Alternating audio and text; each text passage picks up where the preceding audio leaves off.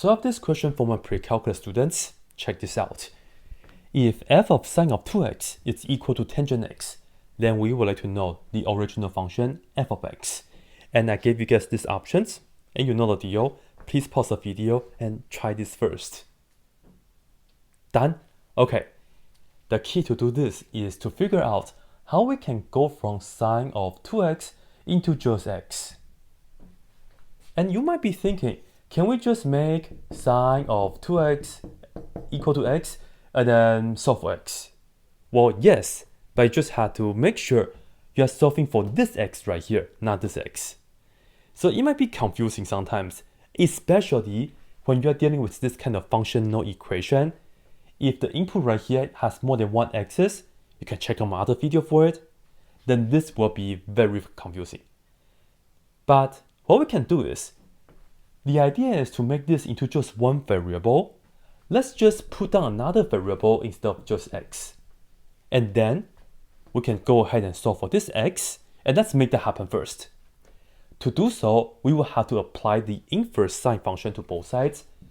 So we get 2x equal to inverse sine of t.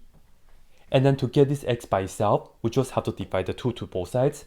And because I'm about to run out of space, I'm just going to erase it and put down 1/2 like that. Okay, yes, and you're right. This is the inverse function of sine of 2x. Instead, we're just using t, right? Now, what we are going to do is, we have f of x, right? This will be, I'm going to plug in this into this x here. And then we'll end up with t, because that's what we did. We are just going to be plugging this right here into this x here. And if you want to end up with x, then just change the t to x.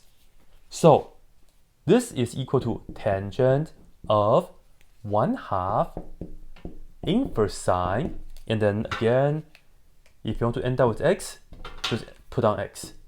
Because if you put down t, you end up with t. You can go ahead and put that down right here, right now. Okay, it looks like we are done, but no. This is not one of the options, well, unless the answer is D. It's not D.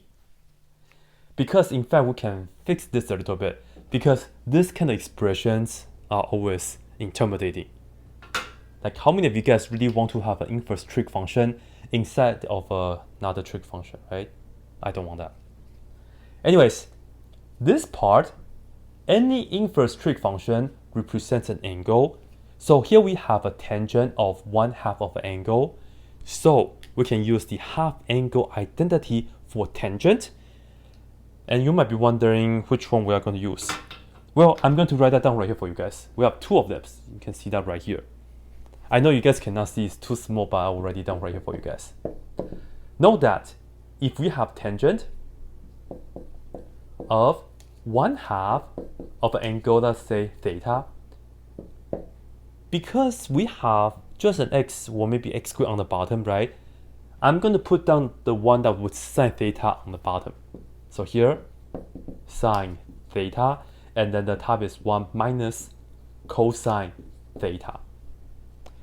So this expression is equal to, we have 1 minus cosine of this angle, which is inverse sine of x, over sine of this angle, which is inverse sine of x. Okay, on the bottom, you can see that they nicely cancel each other out. Of course, you should also worry about the domain for this right here, which should be in between of -1 and 1.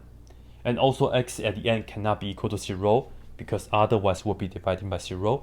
Now just keep that in mind. Anyways though, but in general, to solve that question, we can just put on the x on the bottom. But now what's this though? Well, let's have a look on the side.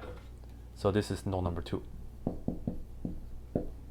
For cosine of inverse sine of x, well, this is an angle.